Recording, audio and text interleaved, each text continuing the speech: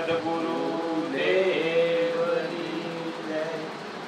હવે ગુરુજી, આપણા વિડીયો જોઈને ઘણી બધી કોમેન્ટો આવી છે. સત્સંગ બધાને ગમ્યો છે અને ઘણા જિજ્ઞાસુની કોમેન્ટ છે. તો હવે આપણે કોમેન્ટના જવાબ આપવાના છે. તો ભવાનભાઈ પૂછે છે, ભવાનભાઈની કોમેન્ટ છે કે આત્મા અને પરમાત્મા એક છે કે જુદા? આત્મા અને પરમાત્મા એ બંને એક જ છે, પણ આ છે ને આને અનુભવથી તમને એનો અનુભવ કરવો પડશે. હા, એમને સાંભળવાથી નહીં નક્કી કરી શકો તમે. આ એક ન ડોગું અનંત ન દિશત શ્વેત ન પીત ન રક્ત ન કાળો, નહીં બાહિર કે આ ભીતરમાં, નહીં ઉપર નીચે, વ્યાપક અણુ અણુ મેં પસારો. જો એક કહું તો એ બે દિશે, સગુણ નિર્ગુણ બે છે, અને અને અને બે કહું તો સબ ઘટમાં વસનારો. હા, શું કહું ભાઈ, અને કહી શકું નહીં, વાણીથી પાર એને હું એનો હું કેમ કરું વિસ્તારો. આ વાણીમાં નથી આવતું. હવે ગુરુજી બીજી કોમેન્ટ છે રાજેશભાઈ ઠાકોરની કે પૂર્ણ બ્રહ્મ કોણ છે એમ. હા, પૂર્ણ બ્રહ્મ શું કહેવાય એવું પૂછે છે. પૂર્ણ બ્રહ્મ વિચાર નિરંતર, જેને કામ કે ક્રોધ કે લોભ ન મોહ, જેને 5 વિષયોનું ભાન નથી રહેતું, જેને દેહનું ભાન નથી રહેતું. હું દેહ છું એવું ખબર નથી, હું ક્યાં છું એવું ખબર નથી, અને એ પૂર્ણ બ્રહ્મ છે. પણ પૂર્ણ બ્રહ્મને પહેલો બ્રહ્મનો ભાવ થવો જોઈએ, પછી બ્રહ્મ બનાય. ભાવ વિનાની ભક્તિ નહીં. એટલે એ જ્યારે પૂર્ણ બ્રહ્મ કેવો છે એ તમારે અનુભવવો પડશે.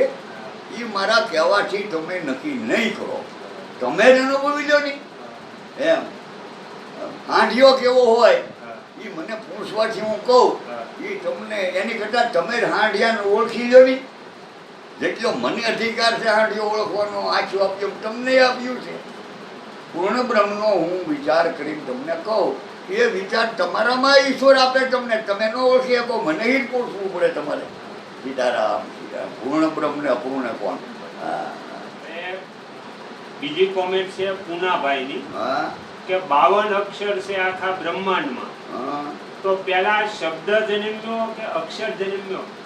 બેયનો જન્મ થતો નથી. જન્મ એને કહેવાય કે જેનો જન્મ માતા દ્વારા થાય. હા, માતા નારી હોય અથવા પશુ હોય, દેવ હોય, પણ નારી જન્મદાતા છે એમ. અને નારી નોતી તીડુંનું આ છે. આ પેલી નર કે પેલી નારી એ આપણે જોવું પડે. પેલું બીજ કે પેલું વૃક્ષ? હા, કે ભાઈ બીજ હોય તો જ વૃક્ષ થાય, કે ભાઈ વૃક્ષ હોય તો જ એને બીજ આવે. પેલી નર હોય તો જ એ નારીને બીજ દાન આપે અને સંતાન થાય. પણ એ સંતાન પાછું જે નર હતો એ નારીના પેટ વિના બનતો નથી. એટલે એ આ બધા ઓતપ્રોત છે, અને ન માનો તો તમે તપાસ કરી લો ને. હા, અને અક્ષર બ્રહ્મ કે શબ્દ બ્રહ્મ એ બધાયના જન્મ થતા નથી, એમની હદ હોય છે. એક અટવે જેથી હતો સુનમાં કીર્તાર ઈચ્છા શક્તિને પ્રગટ થઈ ગઈ મળી થાવ ન પાર. સબળ શક્તિ પરી બ્રહ્મની ઈચ્છા એ ઓમકાર, બીજ સકળ સૃષ્ટિનું એનો છો સંસાર. હા, અને નિરંજનથી નાદ થયો, અને એને નાદ બ્રહ્મ કહેવાય છે.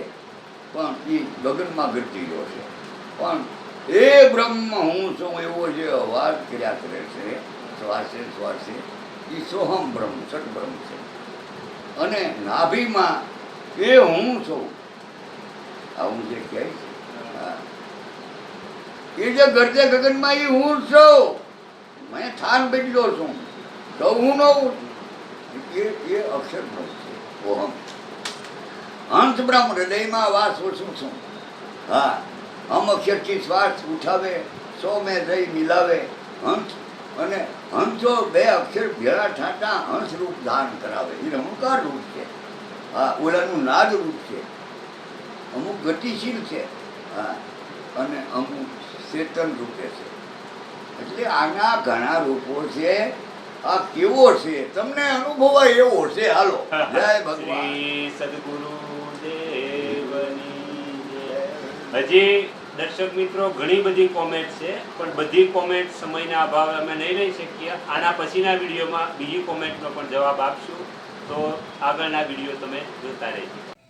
આગળના વિડીયો જોવા માટે આ ચેનલને આ રીતે સબસ્ક્રાઈબ કરો અને બેલ આઇકન પર દબાવો.